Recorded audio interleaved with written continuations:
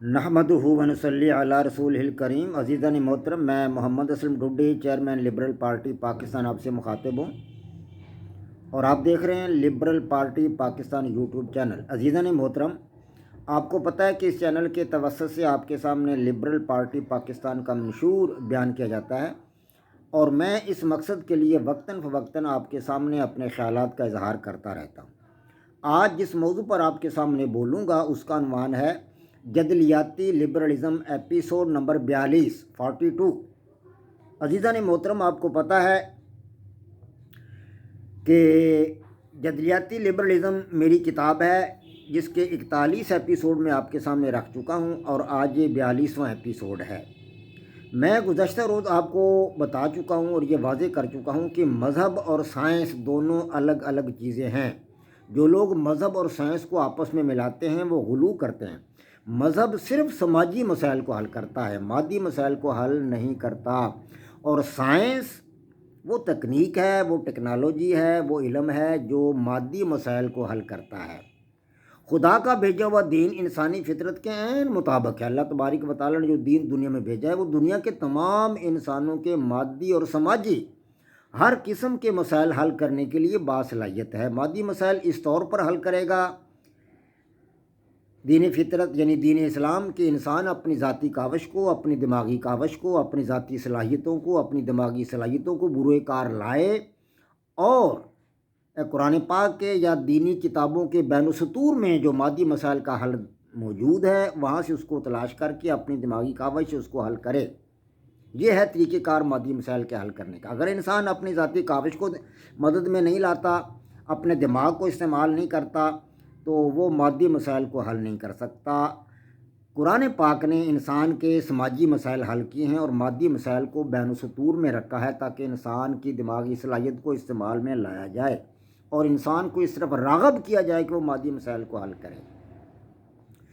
تو انسانوں کے بنائے ہوئے جو دین ہے، ادیان ہے، جو دوسرے مذاہب ہیں انسانوں کے بنائے ہوئے، وہ بھی انسانی مسائل کو کسی حد تک حل کرنے کے لیے باصلاحیت ہیں، اس لیے کہ وہ زندہ ہیں۔ مذاہب، کچھ مذاہب دنیا میں موجود ہیں، اب بھی موجود ہیں، کچھ تو ختم ہو چکے ہیں، لیکن کچھ مذاہب اب بھی موجود ہیں، اس لیے کہ وہ انسانی فطرت کے تقریباً اس کو مطلب ہے قبول کرتے ہیں۔ انسانی فطرت کے عین مطابق نہیں تو کسی حد تک مطابقت ضرور رکھتے ہیں، اس لیے وہ انسانی سماجی مسائل کو حل کرتے ہیں۔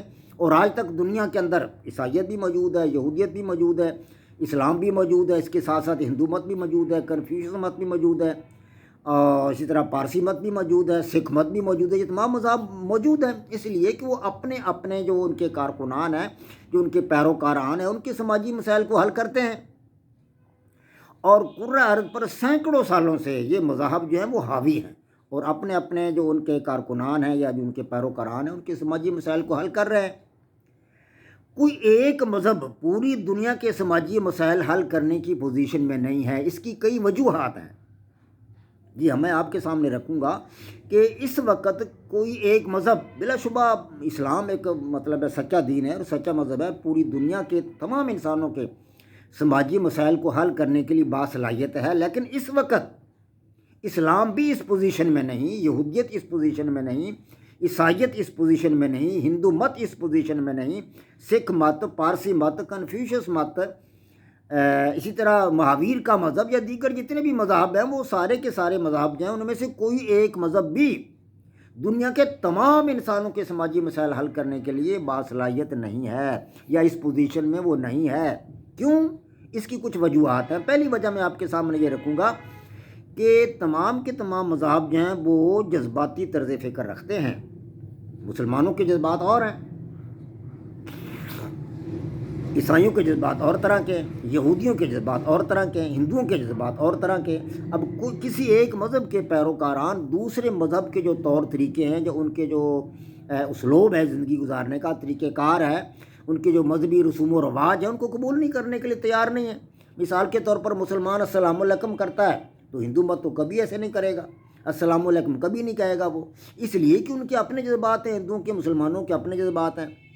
اسی طرح عیسائیوں کا انداز وہ الگ تھلگ ہے، ان کے عبادت کے طریقے اور ہیں، مسلمانوں کے عبادت کے طریقے اور ہیں، ہندوؤں کے عبادت کے طریقے اس سے مختلف ہیں، یہودیوں کے عبادت کے طریقے ان تینوں مذاہب سے مختلف ہیں۔ تو گویا کہ مذاہب کا جو طرز فکر ہے وہ جذباتی ہے، جذباتی طرز فکر کی وجہ سے ہر مذہب کے زندگی گزارنے کے طور طریقے، ان کے رسم و رواج، مذہب کا کلچر، ثقافت، ہر چیز دوسرے مذہب سے مختلف ہے۔ جب دوسرے مذہب سے مختلف ہے تو ایک مذہب کے جو ہے قوانین ہیں مذہب کے، وہ دوسرے مذہب کے پیروکاران اس کو کیسے تسلیم کر لیں؟ مثال کے طور پر ہم یہ کہتے ہیں جناب کہ کسی مسلمان سے پوچھا جاتا ہے بھی آج کے جو مسائل ہیں وہ کون حل کرے گا؟ تو وہ کہتا ہے جی مسلمان جو ہے، اسلام جو ہے وہ دنیا کے تمام مسائل حل کر سکتا ہے۔ لیکن کسی یہودی سے پوچھیں تو وہ کہے گا جی اسلام تو کوئی مسئلے حل نہیں کرتا، ہمارا یہودیت ہے جو یہ مسائل حل کرتا ہے پوری دنیا کے۔ عیسائیوں سے پوچھا جائے وہ کہیں گے جی یہ تو مذہب اسلام جو ہے یہ بھی مسائل کو حل نہیں کر سکتا، یہودیت بھی حل نہیں کر سکتا، عیسائیت جو ہے یہ پوری دنیا کے مسائل کو حل کر سکتا ہے۔ تو یہ بات ہے کہ کیونکہ مذہب کا طرز فکر چونکہ جذباتی ہے، غیر جذباتی نہیں ہے سائنس کی طرح، اس لیے کوئی ایک مذہب پوری دنیا کے انسانوں کے سماجی مسائل حل نہیں کر سکتا یا حل کرنے کی پوزیشن میں نہیں ہے، اس لیے کہ تمام مذاہب کے پیروکاران کے جذبات جو ہیں وہ الگ الگ ہیں، ان کا طرز فکر الگ الگ ہے، ان کی سوچ الگ ہے، ان کے مذہب کے طور طریقے، مذہب کے عبادات کے طور طریقے، ان کے کھانے پینے کے طور طریقے، چلنے پھرنے کے طور طریقے، زندگی گزارنے کے طور طریقے، شادی بیاہ کے طور طریقے مختلف ہیں۔ تو اس طرح کوئی ایک مذہب دنیا کے تمام انسانوں کو، کیونکہ پوری دنیا میں بہت سارے مذاہب ہیں، ان تمام مذہب کے پیروکاران کے مسائل حل نہیں کر سکتا۔ کیوں؟ نمبر ایک اس لیے کہ مذہب کا طرز فکر جذباتی ہے، مذہب کا طرز فکر جذباتی ہے، جذباتی طرز فکر کی وجہ سے ایک مذہب دوسرے مذہب کے پیروکاران کے مسائل کو حل کرنے سے قاصر ہے یا وہ اس پوزیشن میں نہیں ہے۔ نمبر دو، کوئی ایک مذہب پوری دنیا کے انسانوں کے مسائل کیوں نہیں حل کر سکتا؟ نمبر دو، دوسری وجہ یہ ہے کہ ایک مذہب بھی اپنی جگہ پر بہت سارے فرقوں میں بٹا ہوا ہے۔ ہاں جی ہاں، کوئی ایک مذہب بھی، کسی ایک مذہب کو لے لیں، عیسائیت کو لے لیں، اس کے اندر بھی 3-4 فرقے ہیں، پروٹسٹنٹ ہیں اپنے، اسی طرح ان کے ایک اور فرقہ ہے، ان کے کئی فرقے بنے ہوئے ہیں ان کے عیسائیوں کے اندر۔ اسی طرح مسلمانوں میں بھی کئی فرقے ہیں، کوئی اہل سنت ہے، کوئی اہل تشیع ہے، کوئی دیوبندی ہے، کوئی بریلوی ہے، اور ایک فرقے کے لوگ دوسرے فرقوں کے لوگوں کے ساتھ جو ہے وہ میل جول کو پسند نہیں کرتے، بلکہ بعض اوقات تو سلام لینا پسند بھی نہیں کرتے، ایک دوسرے سے دور دور رہتے ہیں، ایک دوسرے کے خلاف تقریریں کرتے ہیں، ایک دوسرے کے خلاف بولتے ہیں۔ تو گویا کہ ہر مذہب جو ہے وہ الگ الگ فرقوں میں بٹا ہوا ہے۔ جی ہاں، تو جب ایک مذہب مختلف فرقوں میں بٹ چکا ہے تو وہ اپنے پیروکاران کے مسائل کو اجتماعی طور پر حل نہیں کر رہا، تو باقی مذہب دنیا کے مسائل کو وہ کیسے حل کرے گا؟ باقی مذہب دنیا میں تو اور مذاہب بھی ہیں، ان کے طور طریقے الگ ہیں، کھانے پینے کے انداز الگ ہیں، ان کے رسم و رواج الگ ہیں، ان کے مذہبی عبادات کے طور طریقے الگ ہیں، تو ان کے مسائل کو وہ کیسے حل کرے گا؟ تو تیسری وجہ یہ ہے کہ آج دنیا کے جو معاشی سیاسی حالات جو ہیں وہ بدل چکے ہیں۔ جی ہاں، آج وہ حالات نہیں رہے۔ انسان کبھی غار میں رہا کرتا تھا، اسے پتہ نہیں تھا کسی چیز کا، غار کے بعد وہ اگلی زندگی میں آیا تو اس وقت بھی اسے کچھ پتہ نہ تھا کہ دنیا کیا ہے۔ جب مذاہب دنیا میں آنے لگے تو اس وقت بھی دنیا جو تھی وہ مطلب گلوبل نہ تھی۔ 19ویں صدی کو آپ لے لیں تو 19ویں صدی میں یہ مارکو پولو جو تھا وہ ادھر چائنا آیا، اٹلی سے۔ مارکو پولو ہم نے کتابوں میں پڑھا ہے کہ اٹلی سے وہ چائنا کا سفر اس نے کیا، بیل گاڑیوں پر سفر کیا۔ اس زمانے میں ہوائی جہاز نہیں تھے، تو بسیں نہیں تھیں، موٹر کاریں نہیں تھیں، یہ چیزیں نہیں تھیں، بیل گاڑیوں پہ سفر کیا اور وہ اٹلی سے چائنا تک 7 سال میں پہنچا۔ اندازہ لگایا 7 سال کا لمبا سفر طے کر کے مارکو پولو چائنا پہنچا۔ یہ تھا 19ویں صدی کا دور۔ اور آج کا انسان تو ہوائی جہاز پہ قدم رکھے اور پلک جھپکتے میں وہ نیو یارک پہنچ جائے گا، ایک سے دوسرے بر اعظم میں پہنچ جائے گا۔ ہیں جی، آج پیغام رسانی، کسی زمانہ میں پیغام رسانی جو ہوتی تھی وہ مطلب ہے کبوتروں کے ذریعے ہوتی تھی یا گھوڑوں کے ذریعے پیغام رسانی ہوتی تھی۔ آج پیغام رسانی موبائل پہ آپ بات کریں، امریکہ میں آپ کی بات اسی وقت سنی جائے گی، یورپ کے کسی بھی ملک میں بات آپ کی اسی وقت سنی جائے گی۔ ہیں جی، اس وقت راستے کچے تھے، کچے راستوں پر انسان چلتے تھے، پیدل سفر کرتے تھے۔ آج کل موٹر گاڑیاں ہیں، ہوائی جہاز ہیں، کاریں ہیں، بسیں ہیں۔ تو انسان آج کل بہت جو ہے وہ آگے جا چکا ہے، ترقی کر چکا ہے۔ حصول معاش کے طور طریقے وہ بھی بدل چکے ہیں۔ پچھلے زمانے میں تو انسان جو تھا وہ جنگل میں شکار کرنے کے لیے جایا کرتا تھا، ہلکے پھلکے درجے پر کاشتکاری ہوتی تھی، جنگل کے جانوروں کا شکار کر کے انسان لاتا تھا اور کھاتا تھا۔ اور آج جو ہے وہ اپنے مختلف مطلب جو ہے اداروں کے اندر بیٹھا ہوا، انسان فیکٹریوں کے اندر بیٹھا ہے، اسکولوں کالجوں میں بیٹھا ہوا ہے، مدارس میں بیٹھا ہوا ہے، ہوٹلوں میں بیٹھا ہوا ہے، مختلف اداروں میں بیٹھ کر وہ اپنی روزی کما رہا ہے، وہ اپنے جو محنت دے رہا ہے وہ اپنی اس محنت کا بدلہ لے رہا ہے اور وہ پیسے کما رہا ہے، ملازمت کے ذریعے اسکولوں میں پڑھا رہے ہیں، ٹیچر اساتذہ کرام پڑھا رہے ہیں، پروفیسر حضرات پڑھا رہے ہیں، ڈاکٹر حضرات اسپتالوں میں کام کر رہے ہیں، اس طرح بجلی کا کام کرنے والے اپنے بجلی کے محکمے میں جو کام کرنے والے وہ اس نظام کو چلا رہے ہیں، تو اس طرح مختلف محکموں میں لوگ کام کر کے اپنا روزی کما رہے ہیں۔ اس دور میں تو یہ نہ تھا، ٹھیک ہے نا جی۔ تو مطلب ہے آج دنیا جو ہے وہ گلوبل بن چکی ہے، 19ویں صدی کی جو دنیا تھی وہ گلوبل نہ تھی۔ اس وقت جو مذہب جہاں جہاں کوئی مذہب وجود میں آیا وہ اپنے اپنے علاقہ تک محدود رہا، جیسے کہ یہودیت جو تھی وہ سلطنت یہودیہ تک محدود رہی، اسلام جو تھا وہ مشرق وسطیٰ تک، اور اسی طرح مطلب وسط ایشیا اور جو تھا یورپ کے کچھ علاقوں تک، اور جو تھا اسی طرح افریقہ تک جو تھا وہ محدود رہا اسلام، دیگر علاقوں تک ساری پوری دنیا تک تو نہیں نا اسلام پھیلا۔ بلا شبہ اسلام نے بڑی مطلب جد و جہد کی، ہمارے مجاہدین نے، ہمارے جو جنرل تھے بڑے بڑے انہوں نے کارنامے کیے، بڑی جنگیں لڑی ہیں، لیکن پوری دنیا میں تو اسلام نہیں نا پھیلا سکے۔ وہ بہت کاوش کی، دنیا کا سب سے بڑا مذہب ہے، سب سے زیادہ علاقے مسلمانوں نے فتح کیے، لیکن پوری دنیا میں اسلام نہ پھیل سکا، اس لیے کہ سفر دور دراز کے طے کرنے پڑتے تھے، اور گھوڑوں کا سفر تھا، ہوائی جہاز تو تھے نہیں آج کل کی طرح۔ تو آج کل دنیا گلوبل بن چکی ہے، اس وقت جو مذہب جہاں وجود میں آیا وہیں رہا، کسی مذہب کے بارے میں دوسرے علاقے کے لوگ جانتے تک نہ تھے۔ جب کنفیوشس مت جو تھا وہ چائنا تک محدود رہا، یا مشرقی جو ایشیا ہے وہاں تک محدود رہا، پارسی مت ایران تک محدود رہا، جو عیسائیت تھا وہ یورپ تک محدود رہا، یورپ سے باہر نکلا ہی نہیں، یہودیت وہ سلطنت یہودیہ سے باہر نہ نکل سکا۔ کیوں؟ اس لیے کہ اس زمانہ میں انسانوں کے میل جول کے طور طریقے ترقی یافتہ نہ تھے، جہاں انسانی آبادی تھی وہاں تک وہ مذہب رہے، دوسروں تک پیغام ہی نہیں پہنچتا تھا کہ کوئی مذہب ہے۔ اس وقت لوگ دوسرے مذہب کو جانتے نہ تھے، مذہب کے طور طریقے، ان کے عبادت کے طریقے، ان کے رسم و رواج کو جاننا تو دور کی بات تھی۔ مذہب کے بارے میں بھی لوگ نہ جانتے تھے کہ کوئی مذہب اور بھی ہے، مسلمان یہ جانتے ہی نہ تھے کہ کوئی یہودیت یا عیسائیت جو ان کے علاقہ میں لوگ تھے ان کے بارے میں تو وہ جانتے تھے، لیکن دیگر مذہب جو ہیں، کنفیوشس مت ہے، پارسی مت ہے، یا دیگر کئی مہاویر کا مذہب ہے، اور کئی مذہب ہیں، تو ان کے بارے میں تو نہیں جانتے تھے وہ لوگ مسلمان۔ اسی طرح دوسرے مذہب کے لوگ اسلام کے بارے میں نہیں جانتے تھے، ہندو مت کا جو مذہب ہے یہ لوگ اسلام کے بارے میں اتنے واقف کار نہ تھے، اس لیے کہ دنیا گلوبل نہ تھی، جہاں کو مذہب تھا وہیں رہا، میل جول نہ ہوا آپس میں۔ تو جو ہے نا مطلب ہے آج دنیا بدل چکی ہے، آج دنیا گلوبل ہو چکی ہے، آج ہم ہر مذہب کے بارے میں جانتے ہیں۔ آج ایک مسلمان ہندو مت کے بارے میں بھی جانتا ہے، یہودیت کے بارے میں بھی جانتا ہے، عیسائیت کے بارے میں بھی جانتا ہے، اسے پتہ ہے کنفیوشس مت کیا ہے، اور مطلب ہے یہ جو ہے پارسی مت، یہ تمام مذاہب کے بارے میں اکثر و بیشتر لوگ جو اہل علم ہیں، جو پڑھے لکھے ہیں، کتابوں کا مطالعہ کرتے ہیں، وہ لوگ جانتے ہیں۔ ہر انسان تو نہیں جانتا، مطلب جو پڑھے لکھے لوگ ہیں جن کے پاس یہ مطالعہ ہے، جو مطلب ہے تعلق رکھتے ہیں میڈیا کے ساتھ، ان کو پتہ ہے کہ دنیا میں کون کون سے مذاہب ہیں، ان کے پیروکاران کے طور طریقے زندگی گزارنے کے کیا ہیں، ان کے بانیان کے نام کیا ہے، کیسے یہ مذاہب وجود میں ہے، تو سب پتہ ہے۔ آج کل دنیا گلوبل ہو چکی ہے۔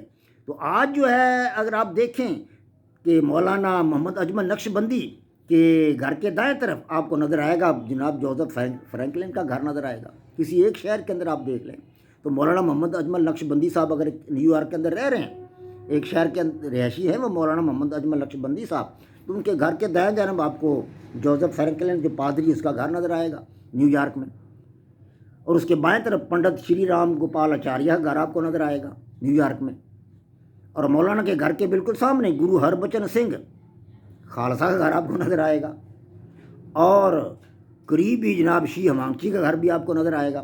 اس لیے کہ دنیا اب گلوبل ہو چکی ہے، دنیا وہ نہیں رہی جو 19ویں صدی میں تھی جب مارکو پولو 7 سال میں چائنا پہنچا تھا، وہ بات نہیں رہی۔ آج دنیا کے کسی بھی ایک شہر کا مطالعہ کر لیں، آپ نیو یارک چلے جائیں، آپ پیرس چلے جائیں، واشنگٹن چلے جائیں، کسی ایک شہر کو آپ اس کا تھوڑا سا سرسری سا مطالعہ کریں تو آپ کسی ایک محلے میں چلے جائیں، ایک محلے میں آپ کو ہندو بھی نظر آئیں گے، وہاں آپ کو سینکڑوں مسلمان بھی نظر آئیں گے، وہاں آپ کو سینکڑوں عیسائی بھی نظر آئیں گے، وہاں آپ کو سینکڑوں جو ہے یہ سکھ بھی نظر آئیں گے، مختلف مذاہب کے لوگ مل جل کر رہ رہے ہیں، جی ہاں مل جل کر زندگی گزار رہے ہیں۔ تو آج دنیا گلوبل ہو چکی ہے، وہ 19ویں صدی کا دور نہیں رہا. تو آج یہ جو مطلب ہے شی ہمانگچی اور یہ جناب مولانا محمد اجمل نقش بندی اور پنڈت شری رام گوپال آچاریہ اور یہ جوزف فرینکلن، یہ جو اکٹھے رہ رہے ہیں ایک شہر کے اندر، ایک محلے کے اندر، تو ان کی آپس میں ملاقات بھی ہوتی ہے. اب یہ سوال پیدا ہوتا ہے کہ وہ آپس میں کیسے ملیں؟